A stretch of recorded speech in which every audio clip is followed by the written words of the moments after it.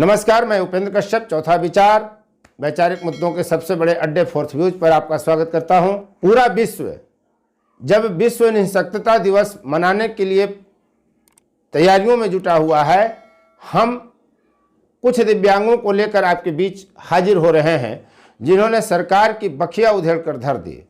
धज्जी उड़ा देना इसे आप कह सकते हैं कि दिव्यांगों के साथ सरकार का क्या रवैया होता है, सरकारी महकमों का क्या रवैया होता है, यह हम बताने के लिए चुनिंदा कुछ दिव्यांगों की परिस्थिति, उनकी व्यवस्था, उनकी समस्या को आपके सामने लेकर आए हैं।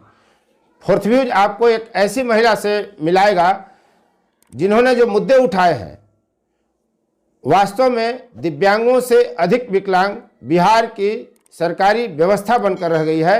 यह कहने में कोई अतिशयोक्ति नहीं मानी जानी चाहिए। जी, बिहार के दिव्यांगों की जो परेशानी है, जिन परेशानियों से उनको सामना करना पड़ता है, कार्यालयों का चक्कर लगाना पड़ता है, आप देखकर उनकी समस्या दंग रह जाएंगे। महिला दिव्यांग बताती हैं कि उन्हें कितनी बार परेशानियों का सामना करना पड़ा, नौकरी के लिए शिकायतें की, बिहार विद्यालय परीक्षा समिति तक की दौड़ लगाए, जनता दरबार में मुख्यमंत्री से मिले, कुछ नहीं हाथ लगा, कोई सुनने वाला नहीं है। एक दिव्यांग ऐसे हैं जिन्होंने 32 बार, जी हाँ 32 बार अपने परीक्षा परिणाम में हुई त्रुटि को सुधारने के लिए आवेदन दिया। बिहार विद्यालय परीक्षा समिति के सचिव से लेकर अध्यक्ष तक मिला क्या? कुछ नहीं सिवाय परेशानी के। आज बिहार के दिव्यांग मामूली बातों को लेकर उलझे हुए हैं। भारत सरकार जिस आयुष्मान कार्ड की गुणगान करती है, जिसकी प्रशंसा की जाती है, जिससे लाखों करोड़ों को स्वास्थ्य सेवा में लाभ लेने का मौका मिला, उस आयुष्मान कार्ड को बनवाने में एक दिव्यांग को कितनी परेशानी का सामना करना पड़ता है, यह भी इस वीडियो में हम आपको दिखलाएंगे। वह महिला लगातार परेशान है। क्या यदि व्यवस्था चाह ले, प्रशासनिक महकमा चाह ले, तो क्या इस महिला का आयुष्मान कार्ड नहीं बन सकता? यदि आयुष्मान कार्ड नहीं बनेगा तो इस महिला का जीवन 2-4 साल के बाद मृत व्यक्ति के समान हो जाएगा, इसलिए कि इसके पैर काम करने बंद कर देंगे। सुनिए आप इस महिला की पीड़ा, फिर हम सुनाएंगे एक और पुरुष दिव्यांग की पीड़ा कि कितनी परेशानियां इन्हें झेलनी पड़ती हैं। इन दो दिव्यांगों ने बिहार और भारत सरकार की कलई खोल कर रख दी। हम कान उमेठने का काम कर रहे हैं, सरकार को जागना चाहिए। आप देख रहे हैं फोर्थ व्यूज चौथा विचार। यदि अब तक आपने चैनल सब्सक्राइब नहीं किया है तो कृपया करें। खासकर बिहार के तमाम दिव्यांगजनों से मेरा निवेदन है कि आपकी बात, आपकी आवाज़, आपकी समस्याओं, आपके मुद्दों को फोर्थ व्यूज आवाज़ दे रहा है, इसलिए आप इस चैनल को सब्सक्राइब करें और अपने से संबंधित वीडियो को कम से कम जरूर वायरल करिए। अधिक से अधिक दिव्यांगजनों तक उसे पहुंचाइए, सरकारी महकमों तक पहुंचाइए, ताकि आपकी आवाज़ सुनी जा सके। दिव्यांग होकर भी हम संघर्ष करते रहे और पढ़ने के लिए सुविधा नहीं होने के कारण भी हम खुद परिश्रम किए, स्कूलों में पढ़ाए और उस पैसे से हम अपना बीएड के पढ़ाई किए। और पढ़ाई करने के बाद में 2017 बिहार टेट भी निकाले। टेट निकालने के बाद में पूरी आशा थी कि हमें मास्टर की नौकरी तो मिल ही जाएगी, और मुझे हार्दिक इच्छा थी कि लोगों को जागरूक करें, और सबसे ज़्यादा तो महिलाओं को जागरूक कर लिए कि समाज में महिलाएं जागरूक कम है। पुरुष तो आते हैं जाते हैं, कहीं समाचार में सुनते हैं, पढ़ते हैं, लिखते हैं, तो कुछ तो जागरूक रहते हैं, लेकिन महिलाएं जागरूक नहीं हैं। अपनी जिम्मेदारी के प्रति भी, अपना अधिकार के प्रति भी, अपने समाज में अधिकार के प्रति भी, माने किसी भी जानकारी में उनके पास जो है नॉलेज नहीं होता है। तो इस क्षेत्र में हम सोचे कि सबसे अच्छा लाइन है शिक्षा का मार्ग, और मैंने पूरी जी जान से मेहनत करके बिहार की पढ़ाई में हम बीएड करने में असमर्थ रहे, इसीलिए हम यूपी से जाके, जो JRHU के नाम से प्रसिद्ध है, जगत गुरु रामभद्राचार्य विकलांग विश्वविद्यालय, वहाँ मुझे कुछ सुविधा मिली। मैंने वहाँ से बीएड किया। बीएड करने के बाद में एमए की एमए के बाद में यहाँ टेट निकाले, बिहार टेट।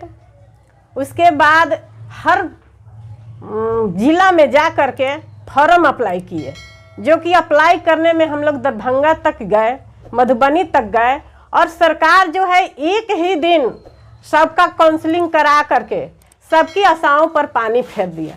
जब उनको इस तरह से करना ही था तो पूरा जिला में फार्म भरने की क्यों अनुमति दिए? हम लोग को मांग रहा, धरना प्रदर्शन हुआ कि कम से कम एक फॉर्म भरवाया जाए हर कैंडिडेट से। जितना फॉर्म भरवाने से क्या मतलब है? हर जिला में जाके सबको परेशानी हुई, लेकिन कुछ भी सुना नहीं गया। सबको जाके जिला में फॉर्म भरने की अनुमति हुई। लोगों ने कम से कम 200-500 तक फॉर्म अप्लाई किए, लेकिन एक ही दिन काउंसलिंग करा करके सारा आशाओं पर पानी फेर दिया गया। और एक दिन में काउंसलिंग हुआ, एक जगह लोग पहुंच गए और मेरिट के अनुसार पर एक ही लोगों को वहां चुना गया। जितना सीट था उतना चुना गया। अब आपकी मांग क्या है सरकार से?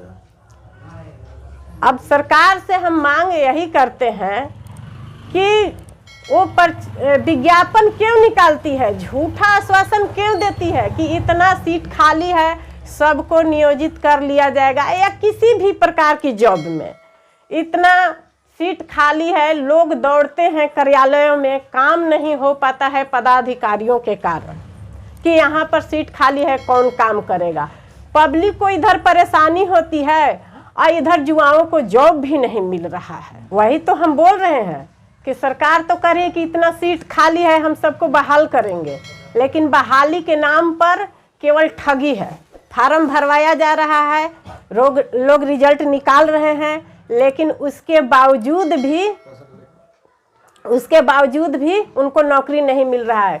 रिजल्ट निकालने के बाद में, इंटरव्यू होने के बाद में क्या तो निरस्त कर दिया जाता है। अब बताइए लोग क्या करेंगे?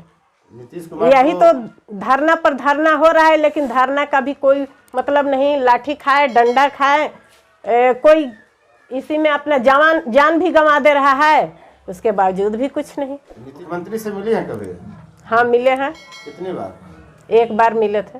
अच्छा, जनता दरबार में? हाँ जनता दरबार में। तो क्या मांग था आपका उस समय जनता दरबार में? उस टाइम मेरा आंगनबाड़ी का सुपरवाइजर था, सीट विकलांग का वैकेंट था, और 3 प्रकार के दिव्यांगों का आरक्षण था। उसमें आँख वाले और कान वाले और अस्थि वाले। तो अस्थि वाला का सीट नहीं आया था, लेकिन बहिर्विकलांग का सीट था। तो उस रोस्टर में दिया हुआ था कि किसी भी प्रकार का यदि सीट खाली रहता है दिव्यांगों को, तो तीनों प्रकार से विकलांग जो हैं किसी का आवेदन पड़ता है और योग्य है तो उनको लिया जाए। तो और सुनवाई हुई? नहीं सुनवाई हुई।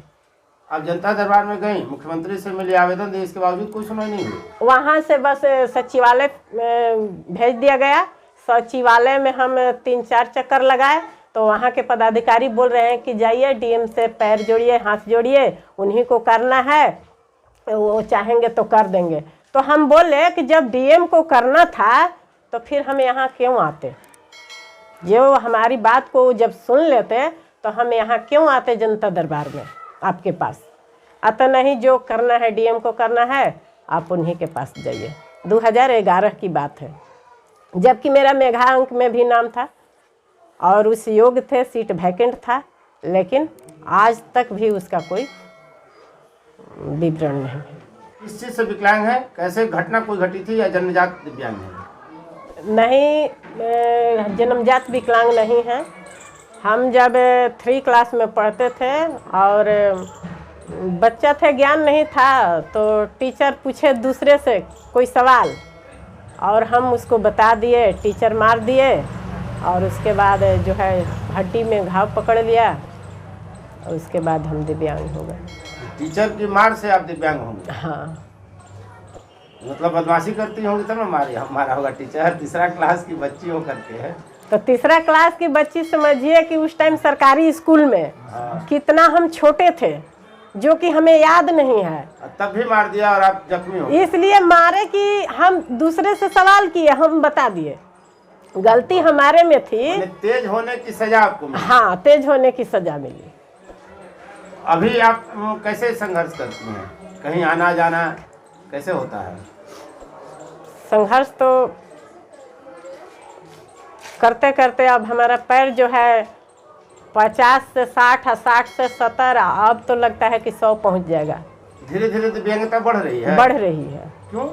इसलिए कि हमारा जो है हड्डी प्रॉब्लम है, हड्डी काट के निकाला हुआ है। अच्छा। और उसके लिए ऑपरेशन कराने सर्जरी के लिए 5 लाख रुपए की आवश्यकता है, दोनों बॉल लगेगा, और उसके लिए हमारे पास पैसा नहीं तो है। आयुष्मान कार्ड से क्यों नहीं करा रही हैं? मेरा बीपीएल में नाम नहीं था, आयुष्मान कार्ड बना नहीं है, और हम आज 5 साल 6 साल से प्रयास में लगे हैं कि आयुष्मान कार्ड बन जाए, लेकिन कहीं से कोई रास्ता नहीं बन पा रहा है कि कैसे तो बनेगा। आप शादी कब हुई आपकी? हमारी शादी तो बहुत पहले हो गई थी, जब बोले कि जिनका पुराना राशन कार्ड है ना, उन्हीं का बन रहा है, और उसी के आधार पर डाटा गया हुआ है। जो 2000 कब जनगणना हुई थी, उसके अनुसार डाटा गया था। उस टाइम हमारा राशन कार्ड नहीं बना था, तो हम जो कॉल सेंटर होता है, जो नंबर दिया रहता है, उसमें भी बात बोले, तो बोले कि जब आपका चिट्ठी जाएगा तभी बनेगा, अन्यथा नहीं बनेगा। आप प्रधानमंत्री नरेंद्र मोदी से जो आयुष्मान कार्ड की प्रशंसा करते हैं और उसे महत्वाकांक्षी योजना बताते हैं, क्या सुधार की अपेक्षा करते हैं ताकि आप जैसे दिव्यांगों का भी आयुष्मान कार्ड आसानी से बन सके? क्या होना चाहिए उसमें सुधार? उसमें सुधार होना चाहिए कि जितने का आयुष्मान कार्ड बना है, यदि 5 साल के लिए बना है, तो 5 साल के अंदर यदि उसका यूज नहीं है तो उनको बंद करके दूसरे को दिया जाए। उनका बंद करना जरूरी है या दूसरे को भी इसमें जोड़ा जाए, ये ज़्यादा महत्वपूर्ण है ना? किसी का बंद क्यों करवाना चाहती हैं? इसलिए कि यदि उसको आवश्यकता नहीं है, और सरकारी काम पर जो है, सरकारी डॉक्टर में जो है कम विश्वास करते हैं लोग, और सरकारी डॉक्टर में लोग जाते नहीं हैं जिनके पास पैसा है। तो सबसे ज़रूरी है कि जो गरीब के पास बनेगा तो गरीब जाएगा, अमीर के पास बनेगा तो वो नहीं जाएगा, तो इसलिए उन लोग को बंद करना जरूरी है। और क्या डिमांड है आपका नीतीश कुमार से और नरेंद्र मोदी से? डिमांड है कि दिव्यांग लोगों को और महिला लोगों को जागरूक करें, और जागरूक के लिए सबसे पहले विद्यालय की ज़रूरी है, और विद्यालय में योग्य टीचर की ज़रूरी है, और समय समय पर वहाँ निगरानी होए कि विद्यालय में पढ़ाई हो रही है कि नहीं हो रही है तो किस स्तर तक हो रही है, इसकी निगरानी किया जाए। और यदि 2 से 4 महीना में इस तरह से यदि निगरानी किया जाता है डीओ के द्वारा, या डीओ से जो नीचे भी लोग हैं, तो हमें आशा है कि विद्यालय की स्थिति सुधर जाएगी, और पहले से सुधरा है। ठीक है सुनीता जी, धन्यवाद। आपको मिलवाते हैं मोहन प्रसाद जी से। आसानी है सर कि जब रिजल्ट निकला तो मेरा सब्जेक्ट ब्लैंक कर दिया गया। किस चीज़ का? ऐसे विषय नहीं दिया गया, केमिस्ट्री और मैथ। किस चीज़ का एग्जाम में? BSITT। अच्छा, BSITT। तो उसमें क्या हुआ फिर? उसके बाद में मैं सुधार के लिए 35 बार एप्लीकेशन दिया गया। फिर उसके बाद मुख्यमंत्री के पास आवेदन दिया गया, उन्होंने अपना भार निगरानी समिति के ऊपर सौंप दिया। लेकिन निगरानी समिति में जाने के बाद 4 अफसरों ने कहा कि इनके रिजल्ट में सुधार करके TT का कार्ड पास के दे दिया जाए। आप कहाँ आवेदन दिए थे? 35 बार आवेदन दिए? यहाँ। बाप रे, तभी सरकार के हाँ, जगी नहीं। जिसमें कुंदन कुमार श्रीवास्तव बिहार विद्यालय परीक्षा समिति के केंद्रीय विभाग का क्लर्क है, वो बोलता है कि बिना 2 लाख रुपए दिए हुए मैं आपका सर्टिफिकेट को सही करके नहीं दे सकता हूँ। और इसलिए मैं निगरानी विभाग में गए तो वहाँ के अफसर लोग बोलेंगे कि नहीं, कि हमारे संविधान में है कि यदि कोई भी विद्यार्थी को रोल कोड में, रोल नंबर में, सब्जेक्ट कोड में या विषय में अगर गलती हो तो उसको सुधार कर उनका रिजल्ट जो है सब प्रदान किया जा सकता है। लेकिन ये इस पर जो है ना से बिहार विद्यालय में कुंदन कुमार ध्यान नहीं दिया। अति आनंद किशोर जी के पास जो है से अध्यक्ष है, उनके पास मैंने एप्लीकेशन दिया तो यह आश्वासन दिया कि आपका काम 15 दिन में सब हो जाएगा। लेकिन 15 दिन में क्या, आज 10 साल बीत रहे हैं, अभी तक जो है से वह काम नहीं हो पाया और धीरे धीरे मेरा एज भी ख़त्म होता जा रहा है। कितनी उम्र हो गई आपकी? उम्र करीब 55 साल हो गया। आप देख रहे थे फोर्थ व्यूज। हम उम्मीद करते हैं कि आपने चैनल को सब्सक्राइब किया होगा और शेयर भी किया होगा। धन्यवाद पूरा वीडियो देखने के लिए। फोर्थ व्यूज, चौथा विचार।